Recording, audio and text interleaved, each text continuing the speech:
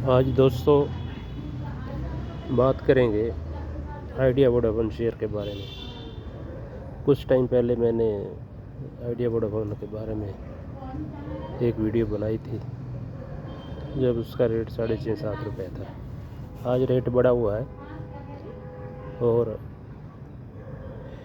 ये रेट जो है वो न्यूज़ के बढ़ते बढ़ा हुआ है, क्योंकि इसमें न्यूज़ आ रही हैं बार बार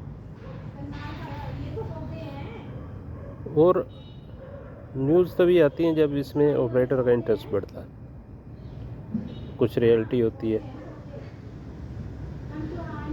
अब जो न्यूज़ आ रही है वो ये है कि एक अमेरिका की इक्विटी फर्म है PGH,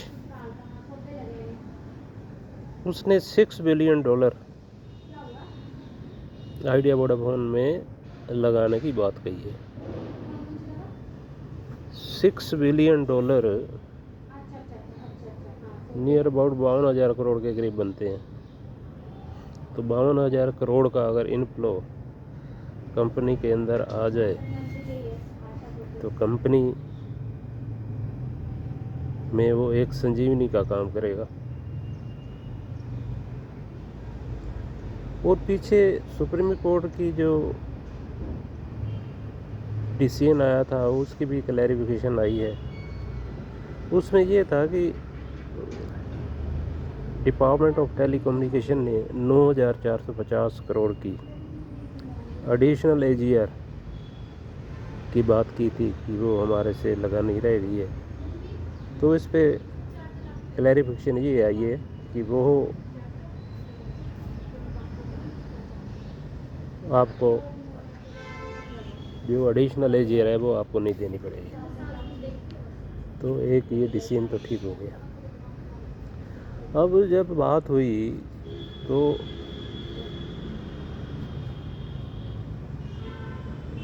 वोडाफोन आइडिया के वकील थे, उन्होंने ये कहा भी जो डिससिमिलैरिटी है उसकी आप थोड़ा सा व्याख्या करो सुप्रीम कोर्ट से, क्योंकि ये बातें समझ में नहीं, कन्फ्यूज़न बातें, कंफ्यूज करने वाली बातें। अब उसमें सुप्रीम कोर्ट ने ये कहा कि जो आपके ड्यूज़ हैं वो तो आपको देने पड़ेंगे। ठीक हो गया। दूसरा जो डिससिमिलैरिटी आप कहते हो भी इसमें कैलकुलेशन में है, उसके बारे में सरकार रिकैलकुलेशन के ऑर्डर का डिसीजन ले सकती है, सरकार खुद ले सकती है, जो एक बहुत बड़ी राहत की बात थी आइडिया वोडाफोन के लिए। और उस दिन से ये शेयर जो है अपनी 6.5-7 वाली जो शेयर के रेट की लाइन थी उसको छोड़ के अब 9, 9.5, 10 की रेंज में पहुंच गया है। अब जब सरकार रिकैलकुलेशन का आदेश देती है और उसके अंदर जो ये पेनल्टी लगी हुई है और जो चक्रवर्ती ब्याज लगा हुआ है, इसकी अगर कैलकुलेशन होती है तो जो 83,400 करोड़ का AGR ड्यू है वो नियर अबाउट ये कंपनी के हिसाब से 28,000 करोड़ रुपये का बनता है। तो 55,000 करोड़ के करीब वहाँ भी राहत मिल सकती है। अब देखो ये सरकार डिसीजन कब लेती है, वो डिसीजन तब लेगी जब ऑपरेटर अपना माल पूरा कर लेंगे शेयरों का। सारी एक प्लानिंग के साथ काम चलता है और 52,000 करोड़ रुपए की कोई छोटी मोटी इन्वेस्टमेंट नहीं होती। अगर कोई विदेशी कंपनी यहाँ पैसे लगाना चाहती है और 52,000 करोड़ सरकार अगर चाहती है कि वो इस कंपनी में इन्वेस्ट करे, तो जो उसमें खामियां हैं, जो AGR कैलकुलेशन में खामियां हैं या और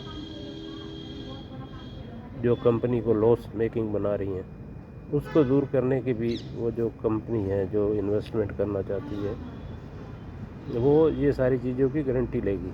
उस गारंटी जो उनको सरकार ने देनी है तो उसके लिए इनको रिकैलकुलेशन भी करनी पड़ेगी, राहत भी देनी पड़ेगी। जब ये सारी चीज़ें साफ़ हो जाएंगी तो उनको इन्वेस्टमेंट करने में कोई दिक्कत नहीं होगी, और उसके बाद बैंकों को फाइनेंस करने में भी कोई दिक्कत नहीं होगी, क्योंकि 49% से ऊपर गवर्नमेंट की स्टेक है। अब सरकार की गारंटी होगी, लोन अगर बैंक देते हैं तो सरकार उसको चुकाएगी, तो लोन लेने में भी कोई गारंटी नहीं होगी। अब ये 5G वाला जो इसका काम है वो तेज़ बढ़ेगा, और अपनी जो इनके ग्राहक हैं वो भी बढ़ेंगे। तो मैं तो पहले भी यही कहता था भाई 7-8 रुपये का शेयर का भाव कोई भाव होता है। एयरटेल कभी इसके बराबर की कंपनी हुआ करती थी, आइडिया का रेट 120-130 होता था, उसका 110-120 होता था, नेक टू नेक चलते थे। आज उसका रेट 2000 पहुँच गया है, ये 7 पे है। सिर्फ यही कि ये अपने जो ये डेट वगैरह है उसको कंट्रोल नहीं कर पाए और डेट जुटा नहीं पाए 5G की तरफ। तो ये अब सारी चीज़ें हो रही हैं। जब ये 5G का इनका काम शुरू हो जाएगा तो ये शेयर मेरे हिसाब से हाथ नहीं आएगा। फिर भी कोई भी आप इसमें इन्वेस्टमेंट करते हैं तो अपने फाइनेंशियल एडवाइज़र से सलाह ज़रूर लें। आज की वीडियो में बस इतना ही। Thank you, thank you, thank you.